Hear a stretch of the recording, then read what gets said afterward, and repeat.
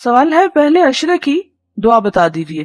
یہ بھی میں ایک بات آپ سے کرنا چاہوں کہ یہ مسنون دعائیں نہیں ہیں اور ان کی پابندی لازم نہیں ہے. اس سے مراد کیا ہے؟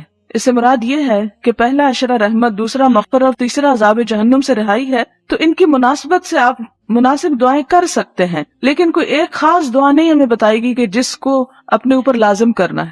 پھر آپ کہیں گے اچھا پھر کیا بتایا گیا؟ تو بات یہ ہے کہ اگر آپ ایک ایسی چیز کو اپنے لیے لازم کر لیتے ہیں جو لازم نہیں ہے، جو آپ صلی اللہ علیہ وسلم نے نہیں کی، آپ کیا کر رہے ہیں؟ آپ اپنے لیے دین کو مشکل بناتے چلے جا رہے ہیں.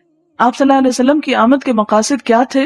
کہ وَيَدَعُ عَنْهُمْ إِسْرَهُمْ وَالْأَغْلَالَ الَّتِي كَانَتْ عَلَيْهَا، کہ آپ صلی اللہ علیہ وسلم کس لیے آئے ہیں؟ کہ لوگوں کے بوجھ ہٹا دیں اور وہ بیڑیاں جو ان لوگوں نے اپنے اوپر جکڑ رکھی ہیں ان کو توڑ ڈالیں، ان کو ہٹا دیں. تو ہم اس طرح کی چھوٹی چھوٹی چیزوں کو لازم کرتے کرتے پھر اپنے لیے وہ چیزیں اکٹھی کر لیں گے کہ جن کا بوجھ پھر ہم نہیں اٹھا سکیں گے. لہٰذا سہولت کے ساتھ آپ اگر پڑھ سکے تو یا حیو یا قیوم برحمتک استغیث، اور جو نہ بھی پڑھے تو رحمت تو اس کی برس ہی رہی، سب پہ برسے گی.